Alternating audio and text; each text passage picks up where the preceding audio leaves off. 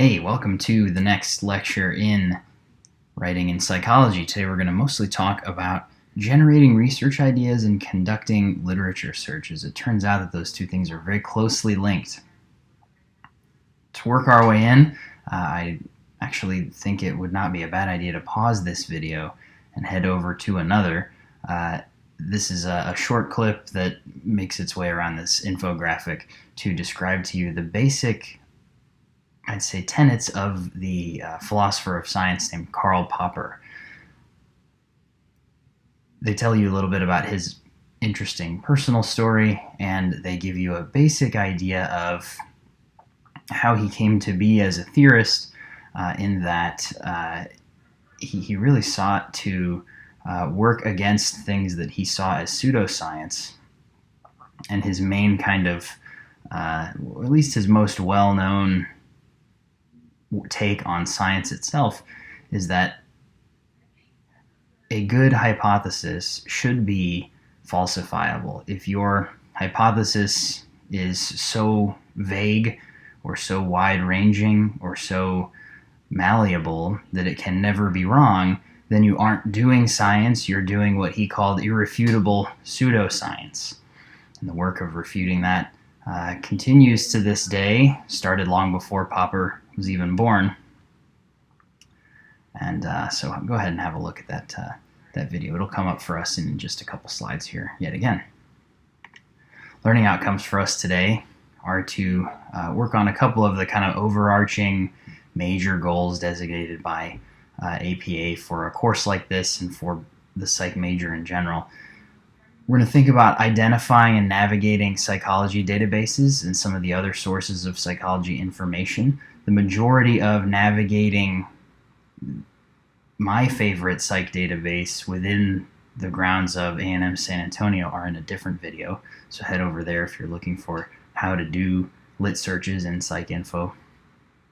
But we'll talk about some of the other good sources in this one. You'll also learn to articulate criteria for identifying objective sources of psychology information. We'll start that process anyway. That's going to take us kind of a longer amount of time, but figuring out whether what you've got is a good piece of research or not.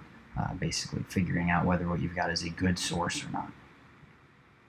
And then we'll work on defining and explaining the purposes of some of the key concepts in research that characterize it. So we'll talk about the sections of a paper, actually in the next video, and then we'll deal with things like operational definitions. So we're mostly working on that middle learning outcome in this particular video, but these kind of frame the videos surrounding it as well. So, literature searches. One thing that you might need to think a little bit about before we dig all the way into this is that when I say literature, it doesn't mean the same thing as when some other people say literature. When I talk about literature searches, I'm not talking about the classic great books. I'm talking about the previously published psychology literature. I'm talking about everything that's been published in psych journals in the past. It's a different meaning of the same word. And so when I'm talking about searching that literature, it's not Google. You don't just punch in exactly what you want and then boom, the thing comes up. It doesn't give you millions of results. It can sometimes give you thousands. It doesn't read very well into instances where you're kind of close to the right search terms. It is really more like a dance of keywords where you put some in, pull them back out. You discover new ones along the way. You might discover a certain author and then just search for that person. You might discover that 3 different people are doing the same kinds of research and calling it 3 different things. So you're going to have to do 3 separate searches. It's a lot more complicated, and it can take a fairly long time to work your way through the parts of the literature that do apply to your research question and to kind of weed out the ones that don't.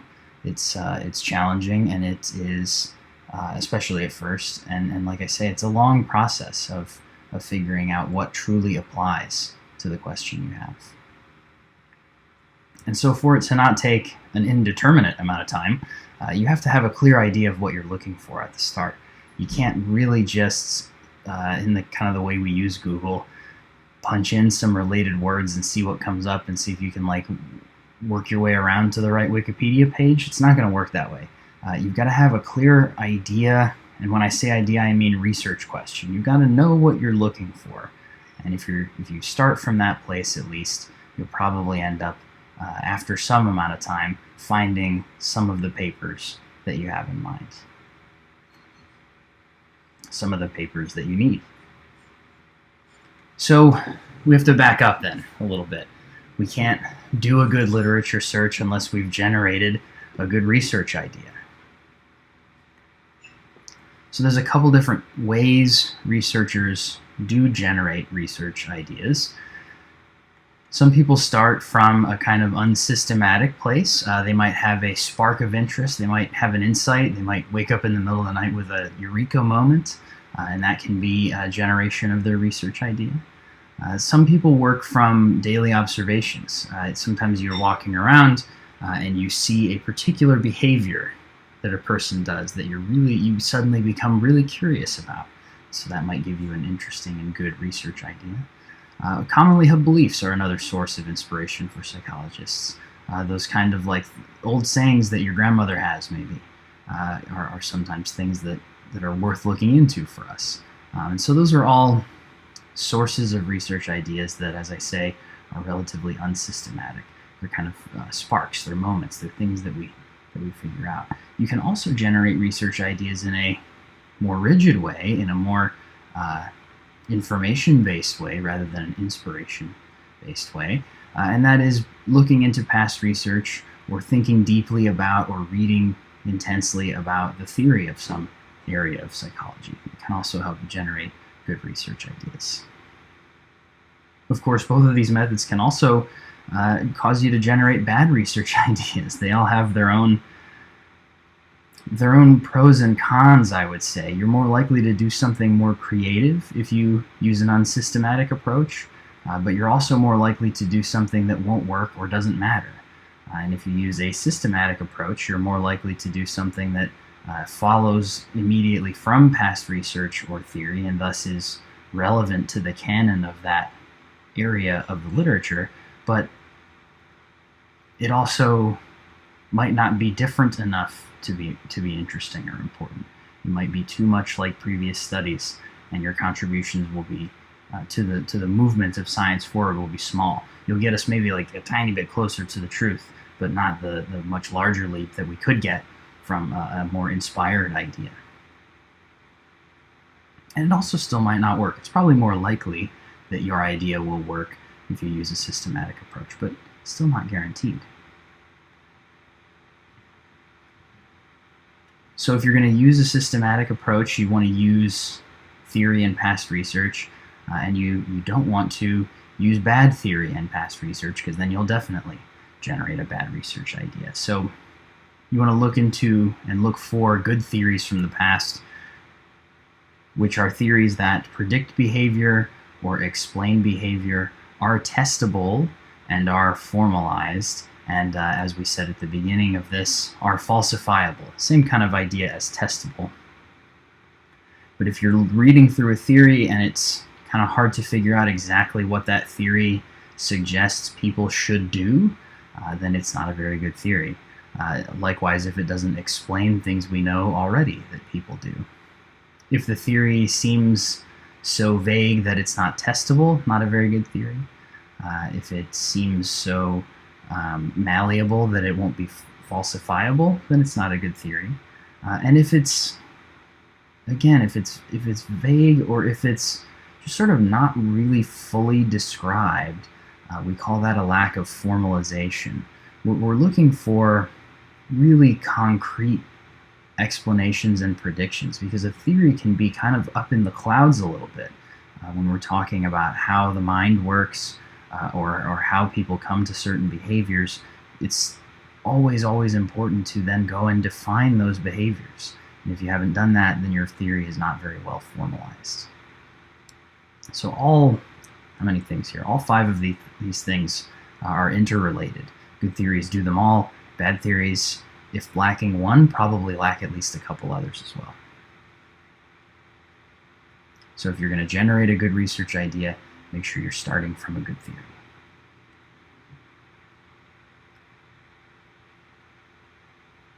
We can generate them ourselves. We could come up with some good ones, I'm sure. It's too bad we aren't in person and we can't do this together. But think about it right now to yourself. What are some questions you have that might be answerable by psychology or psychologists?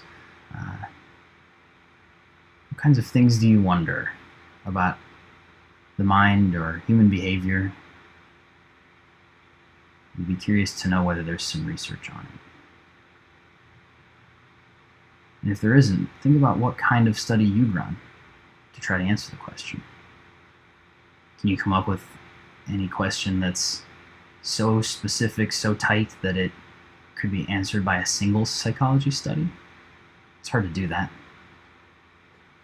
So thinking about that as we go forward. Pause and ponder if you wish.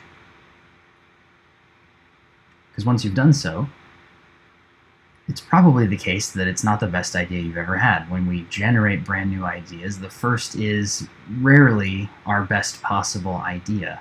And so what we need to do is refine the idea into something that is, again, testable, that explains and predicts behavior, and that is relatively formalized. So we're going to have to refine our idea into something maybe more precise, or into something that is couched in previous literature, something that, if our idea was generated unsystematically, has at least some systematic backing to it.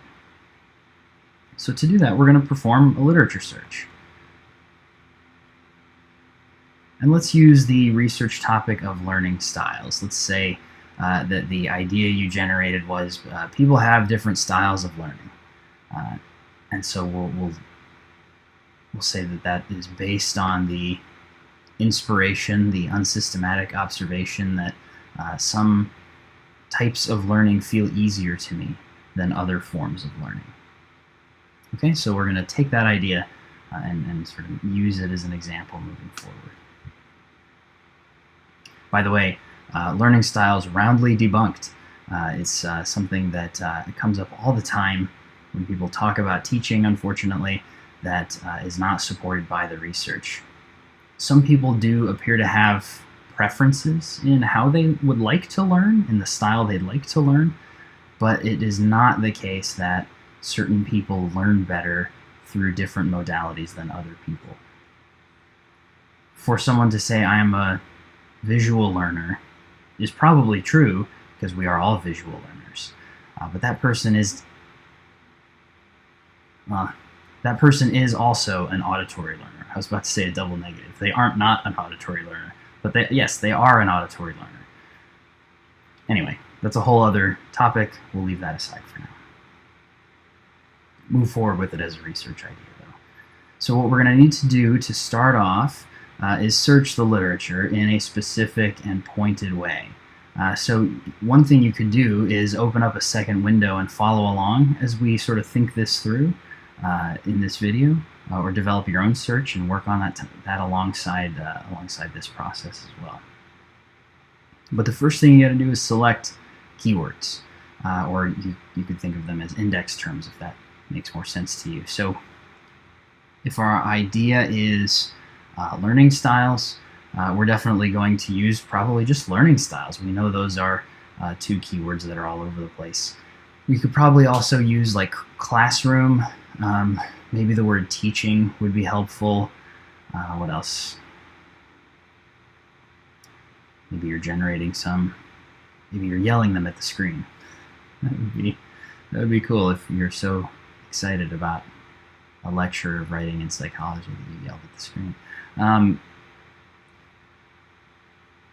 Learning styles, teaching, classroom,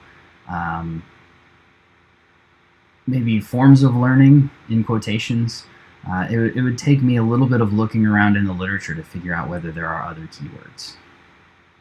But once you've got your first couple, you can go ahead and put them in and do a search. Hit the search button, hit the magnifying glass picture, and then once you've got search results, you need to then go in and assess each piece. You might have 2 results if you've got really specific keywords, or you might have hundreds of results if you have more general keywords, like you certainly would if you just punched in learning styles into PsycInfo. So what you need to do is we need to learn a way to relatively quickly assess the quality of each piece, potentially the impact of each piece as well, whether it's important in that literature, and then find and download the important ones so that we can then go and read them. By the way, never, ever, ever cite something in a paper in college that you've not read all the way through. Just having read the abstract is not enough. Just having pulled one piece out of the middle is not ideal either. At least skim the thing once so that you know that it truly represents what you're using it to represent.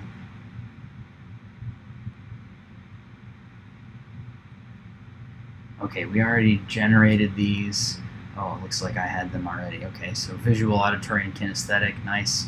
Intelligence, also not a bad idea. It's kind of like an IQ style or intelligences approach to learning. If you've heard of multiple intelligences before, it does have that kind of ring to it.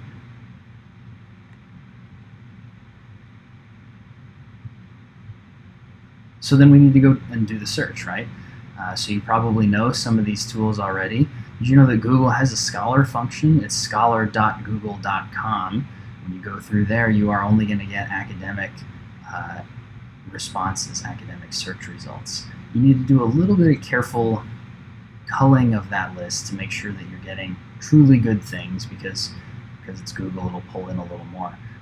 But if you want to have a simpler search process where you don't have to do that, you can use the tools through the library. So there's searching the library itself, which is easy, but will sometimes result in finding books, which are great, but if you don't have time to go and get the book, or if it finds the book and it's at some other library, it might be kind of a challenge to figure that out. The most useful search tool for this class and most of your psych classes is going to be the library database section, in particular a database called PsycInfo. This is a repository of published psychology articles managed by APA, the American Psychological Association. You can also potentially search for the author. I've had success before just putting authors' names into regular old Google and finding their personal websites and seeing whether they have downloadable versions of their papers. Some people do. That can sometimes be a way to get around a paywall. There's another great website called the Web of Science, in which you can do really powerful searches by author and by topic. I recommend that one as well. But again, for us, PsycInfo is going to be the most pointed and easy to use search tool certainly for this class. Interesting thing about PsycInfo compared to Google Scholar is that I'm pretty sure that if you do the same search on PsycInfo at 2 different times, it will give you the exact same results. But Google continually tries to refine the results it gives you.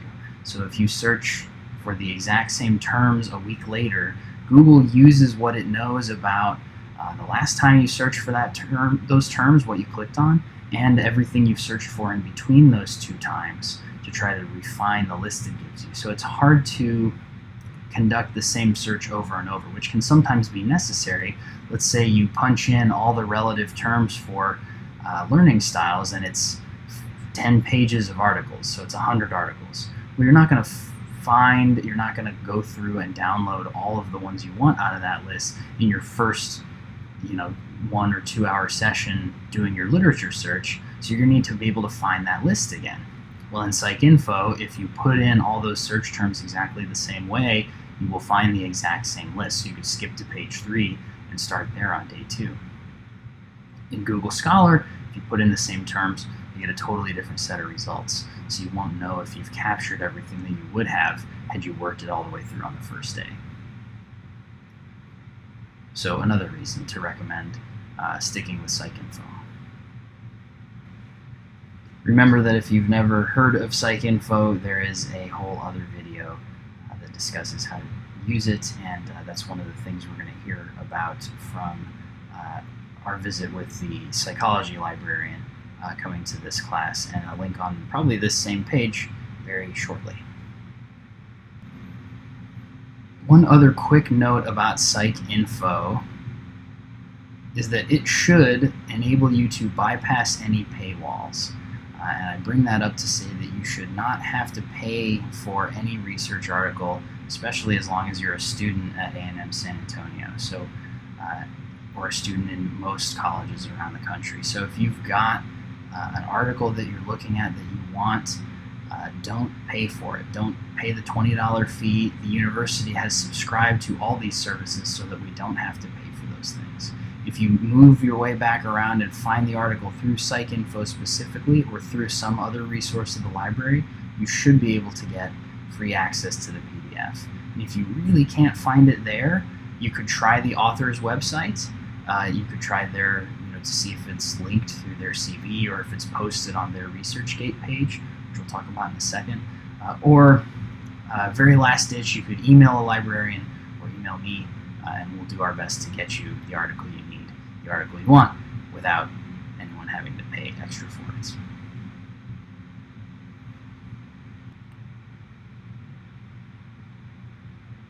So you've got your list of papers. Now we need to assess those papers. So the first method of assessment is quality. You want to make sure that it is a good paper, that it does at least reasonably good science.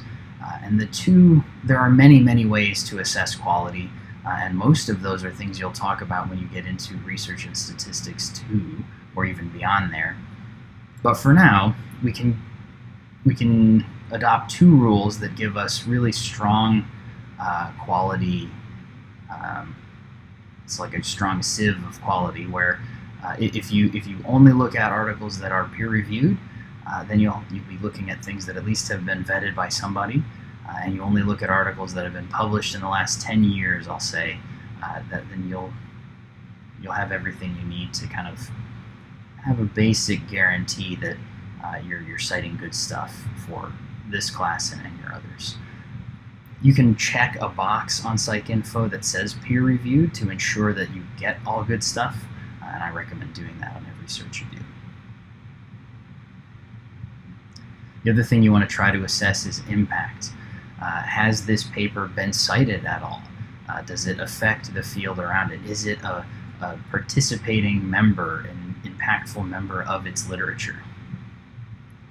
You can also try to find out whether it was published in a reputable journal. We'll talk about how to do that in a little bit. And one of the ways you can do that is to look at the journal's impact factor. We'll talk about what impact factor is shortly. And then a kind of third way to think about quality and impact of an article is to try to figure out who wrote it. Once you move your way through the rest of your psych major, you'll start to know the names of some of the bigger people in certain fields as you do research on them over and over. But at first, probably the best way to get to know the authors is to just look them up. Most psychologists, most research psychologists at universities have at least a university webpage, and on that page they will usually talk about what their research interests are. So if you find that person's webpage and their research interests paragraph leads off with some really complicated sentences about the topic you're reading about, good sign that that person is probably very expert in that thing. But if, like, the last sentence of their paragraph of interest has one little throwaway bit about, oh, I also do this, then that might not be as important to them. They might not be as well regarded and expert in that area. You might want to seek an article from somebody who is a little more focused on that particular type of research question. That's not necessarily always the case, though. All the people who you're going to be reading who are peer-reviewed are going to be research academics, psychologists, all folks who are vetted in some way, and so trying to do good work. So good quality work can come from anywhere.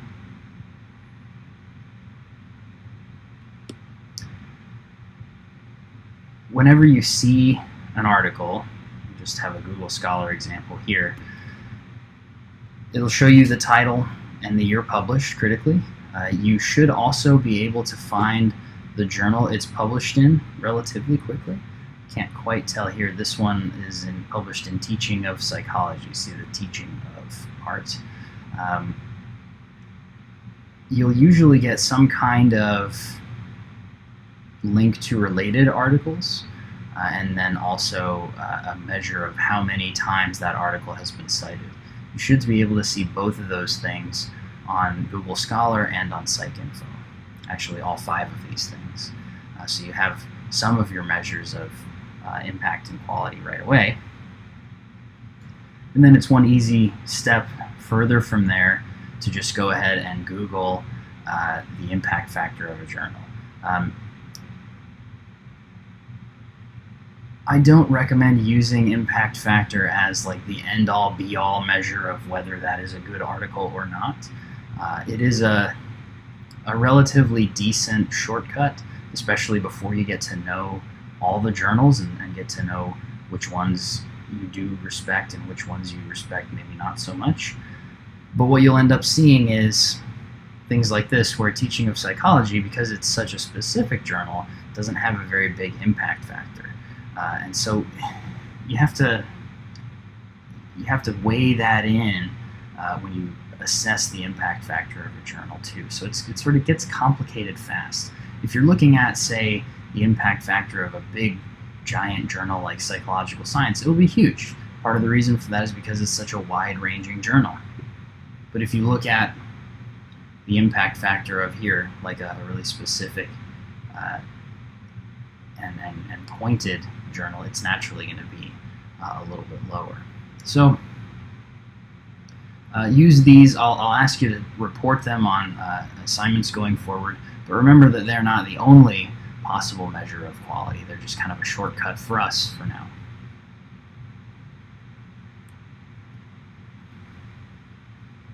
So you've got your keywords, you've searched, you now know some tools to assess quality and impact, and you know how to find and download the most important ones, and of course remembering here that you won't cite anything you haven't read.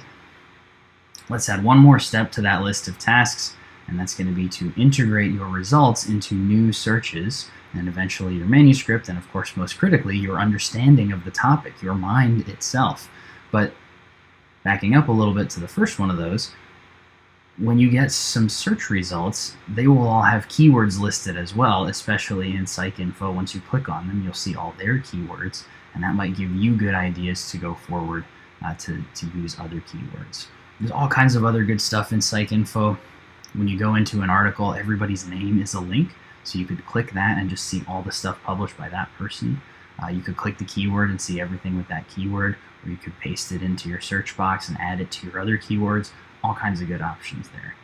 There's also links to things articles that cited the one you're looking at, and articles that are cited by the one you're looking at. You can see like their whole reference section in a linked way. So it's all really, really convenient and not difficult at all to integrate results into new searches and kind of start this cycle over again.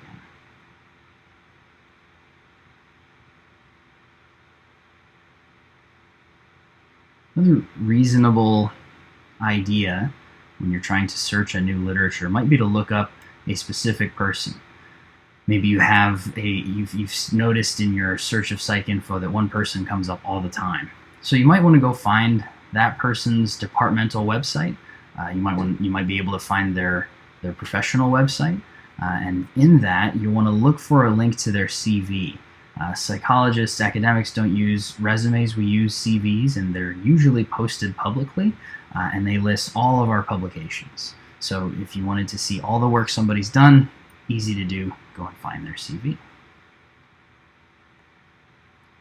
You can also find pages on certain other websites, like ResearchGate and academia.edu. Those will sometimes have links to papers that are harder to find otherwise. You might find their personal or laboratory website, but LinkedIn is probably one you can skip over. LinkedIn won't have much to do with research. It'll just be that person's kind of businessy, outward-facing site, if they have one.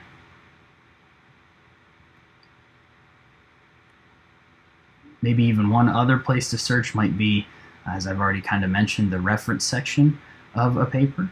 Particularly if you find an important paper that it's like, this one's been cited hundreds of times, well, the reference section of that paper might be really interesting to look into, because that's going to be kind of the history of that area of psychology. So you could learn new related keywords from that search, and again, I recommend the cited by link.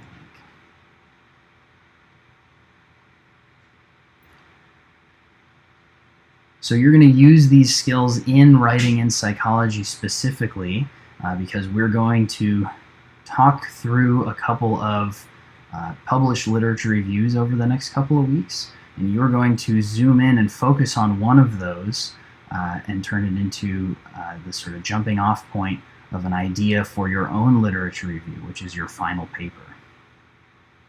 The assignment will come out in a few weeks. We'll talk more about it then, but for now, I can tell you that the sources that you pull together for that should be related to one another and related to your idea. You should try to find a lot of them so that you can sort of hone the list down to what you'll really need in the end, and try to get some variety in them if you can, as much as you can, as long as they still say related. You want a bunch of articles that kind of elaborate on a central theme. So my recommendation is to get at least 5 together once we get in place for that assignment.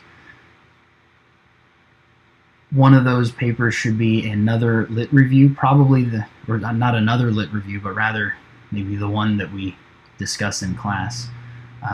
And then you'll need 4 empirical papers. And again, we're going to talk about those differences very, very soon, and we're going to talk more about this assignment.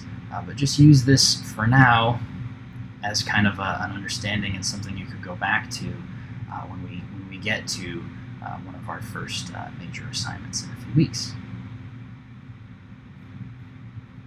That finishes this video. I forgot to say one thing that did pop back into my head, and it is that, so maybe I should go back.